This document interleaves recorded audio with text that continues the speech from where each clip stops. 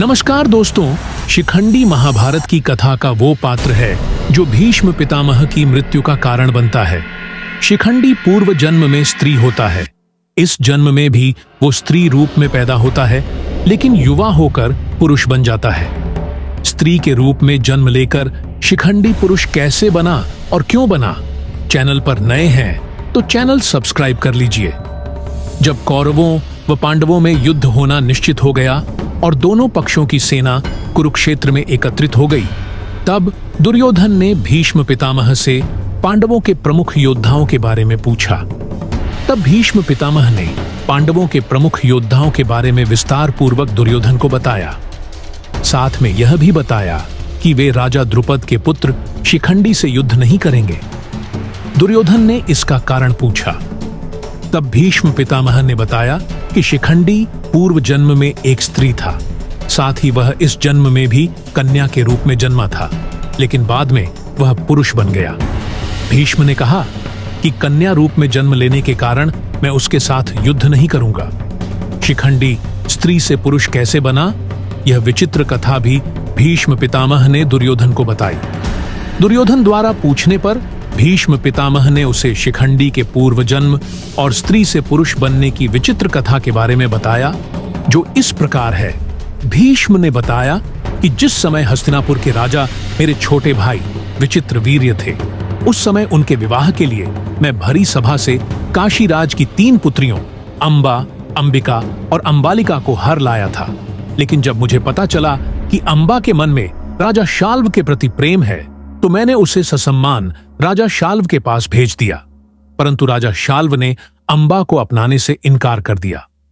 अंबा को लगा कि उस पर यह विपत्ति मेरे ही कारण आई है, इसलिए उसने मुझसे बदला लेने का संकल्प लिया।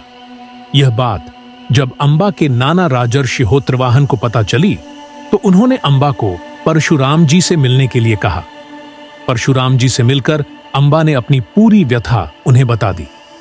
अंबा की बात सुनकर गुरु परशुराम मेरे पास आए और उन्होंने मुझे अंबा के साथ विवाह करने के लिए कहा, लेकिन मैंने ऐसा करने से मना कर दिया। भीष्म पितामह ने दुर्योधन को बताया कि जब मैंने अंबा के साथ विवाह करने से इनकार कर दिया, तो मेरे गुरु परशुराम को मुझ पर बहुत क्रोध आया और उन्होंने मुझसे युद्ध करने की ठान ली।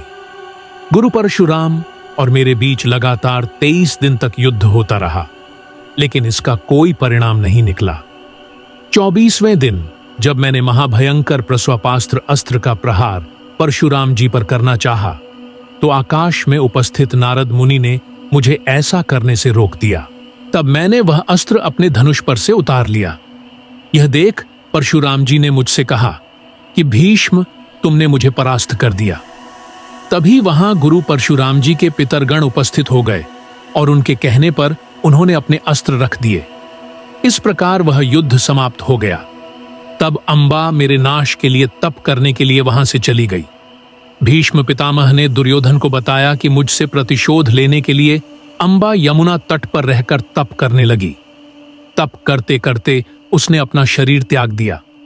अगले जन्म में वह वत्स देश के राजा की कन्या होकर उत्पन्न हुई।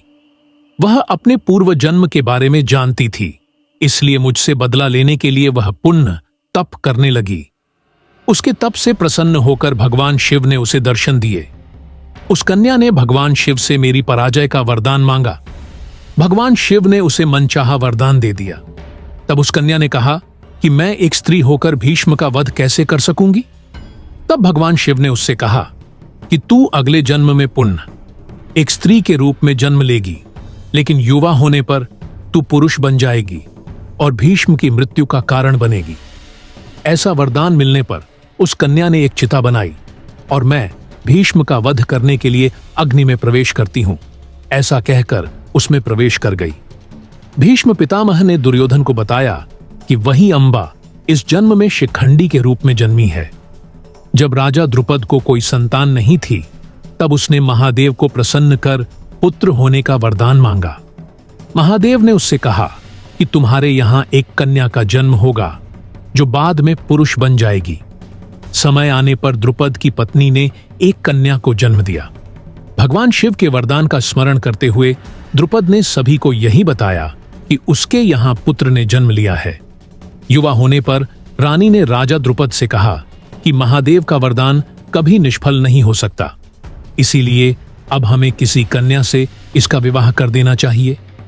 रानी की बात मानकर राजा द्रुपद ने दशार्णराज हिरण्यवर्मा की कन्या से शिखंडी का विवाह करवा दिया।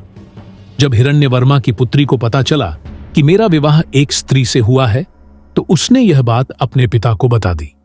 यह बात जानकर राजा हिरण्यवर्मा को बहुत क्रोध आया और उसने राजा द्रुपद को संदेश भिजवाया कि यदि यह बात सत्य हुई तो मैं तुम्हारे कुटुंब व राज्य सहित तुम्हें नष्ट कर दूंगा।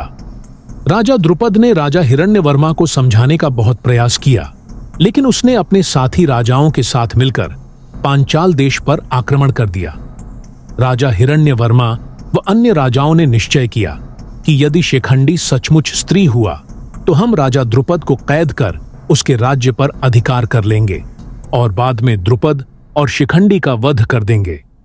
राजा हिरण्यवर्मा द्वारा आक्रमण करने की बात जब स्त्री रूपी शिखंडी को पता चली तो वह बहुत घबरा गई और अपने प्राण त्यागने की इच्छा से वन में चली गई। उस वन की रक्षा स्थूणाकर्ण नाम का एक यक्ष करता था। यक्ष ने जब शिखंडी को देखा तो उससे यहां आने का कारण पूछा। तब शिखंडी ने उसे पूरी बात सच सच बता दी। पूरी बात जानने के बाद उस यक्ष ने शिखंडी की सहायता करने के उद्देश्य से अपना पुरुषत्व उसे दे दिया और उसका स्त्रीत्व स्वयं धारण कर लिया।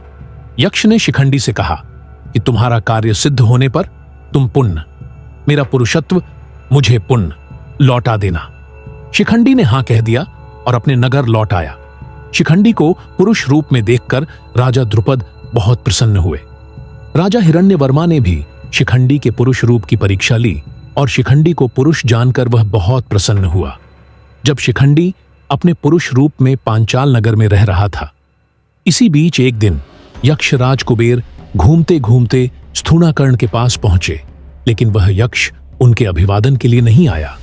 तब कुबेर ने अन्य यक्षों से इसका कारण पूछा तो उन्होंने पूरी बात यक्षराज को बता दी और कहा कि इस समय स्थूणाकर्ण स्त्री रूप में है, इसीलिए संकोचवश वह आपके सामने नहीं आ रहा है।